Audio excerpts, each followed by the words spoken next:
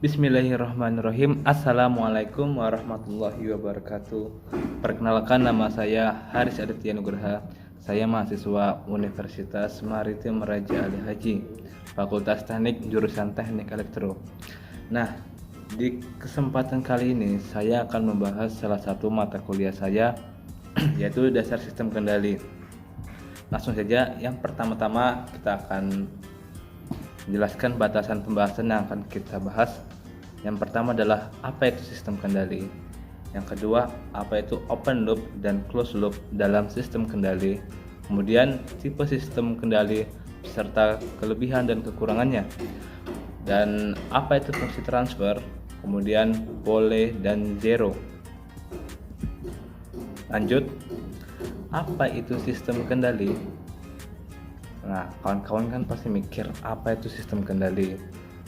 Kendali, ya udah, kendali kan tentang kita mengendalikan sesuatu. Tetapi didefinisikan, sistem kendali adalah suatu alat atau kumpulan alat untuk mengendalikan, memerintah, dan mengatur keadaan dari suatu sistem. Singkatnya, sistem yang digunakan untuk membuat suatu perangkat menjadi terkendali sesuai dengan keinginan manusia. Nah, jadi sistem kendali itu merupakan suatu alat yang kita bisa mengendalikan alat itu, kita bisa perintah, dan alat itu mengatur komponen-komponennya untuk bekerja dengan sistem, maksudnya bekerja sesuai sistem yang kita perintah. Bebas kita memerintah apa aja. Lanjut. Kemudian apa itu open loop dan closed loop? Nah, di sistem kendali itu ada dua jenis karakteristik dari sistem kendali, yaitu open loop dan closed loop. Nah, kita akan bahas kedua-duanya. Yang pertama, open loop. Open loop control atau control loop terbuka, open, jadi terbuka ya, adalah suatu sistem yang keluarannya tidak mempunyai pengaruh terhadap aksi kontrol. Nah, artinya, sistem kontrol terbuka keluarannya tidak dapat digunakan sebagai umpan balik dalam masukan.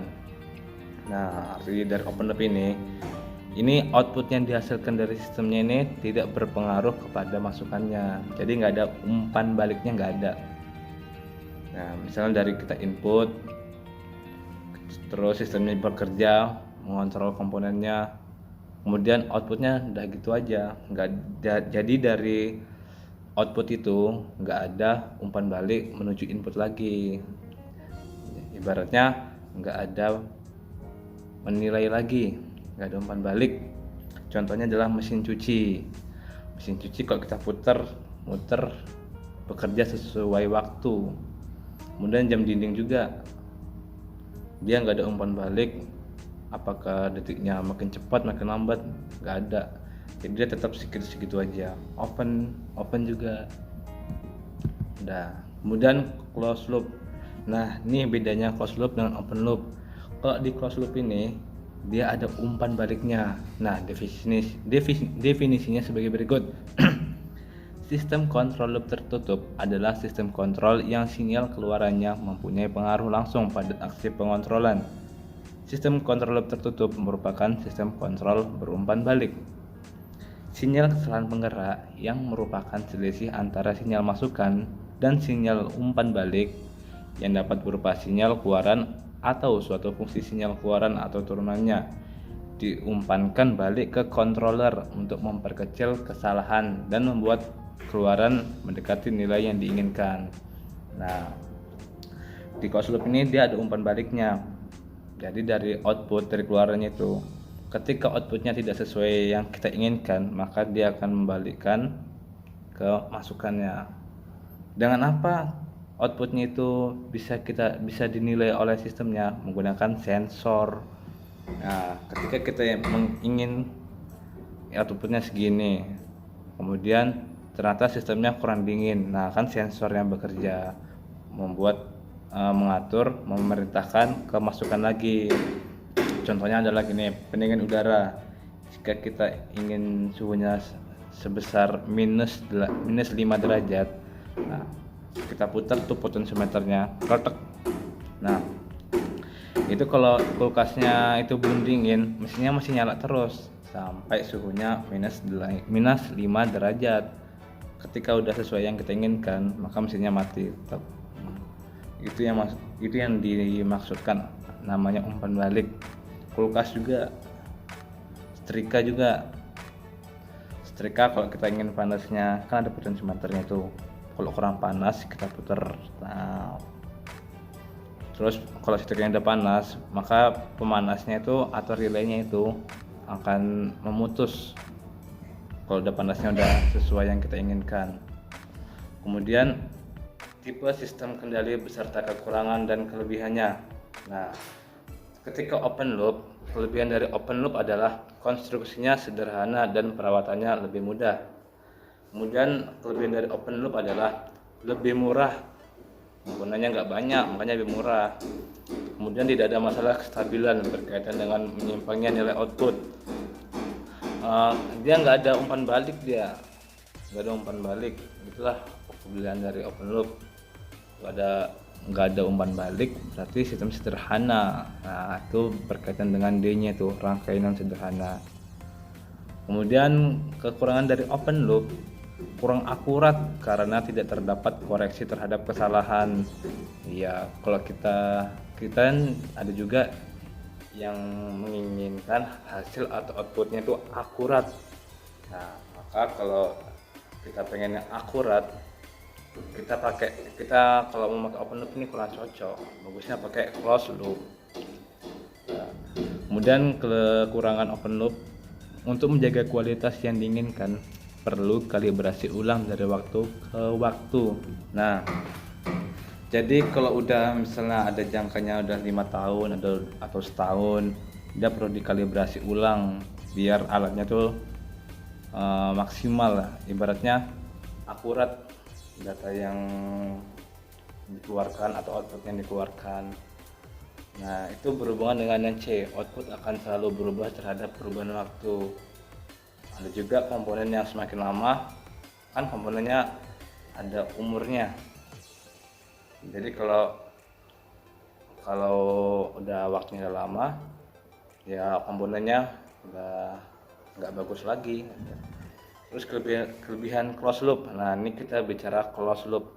Kelebihannya, jika terdapat gangguan yang tidak dapat diketahui, bisa dikoreksi balik. Nah, maksudnya itu kita nggak tahu alatnya itu bagaimana bekerjanya atau sistem di dalamnya. Maka ketika hasilnya itu tidak sesuai yang kita inginkan, dia akan otomatis mengumpan balik agar outputnya sesuai. Kemudian yang B, ketelitian output lebih akurat dan terjaga. Nah, maksudnya outputnya lebih akurat, kan ada umpan balik tuh. Nah, makanya dia akurat. Misalnya outputnya nggak sesuai, dia akan masuk ke controller lagi dan memperbaiki controllernya, jadinya plan-nya bagus. Ya, maksudnya bagus itu sesuai yang kita inginkan. Kemudian ketidaklinearan komponen tidak terlalu mengganggu output. Nah, maksudnya kan kalau di closed loop ini kan banyak komponennya. Terus kita nggak tahu juga komponennya mana yang masih bagus dan mana yang udah hampir nggak bagus. Tapi itu nggak terlalu mengganggu di sistem closed loop, karena dia langsung ke umpan balik masuk ke controller awalnya.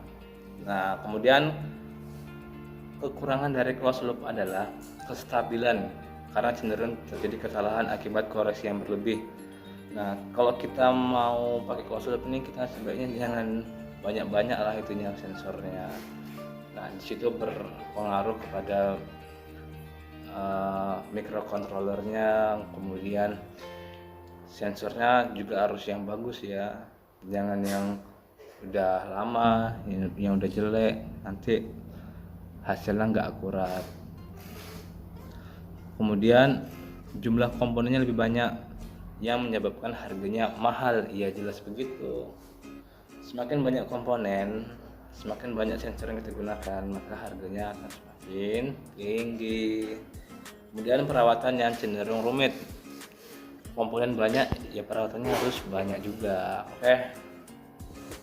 Nah, kemudian kita lanjut ke materi selanjutnya.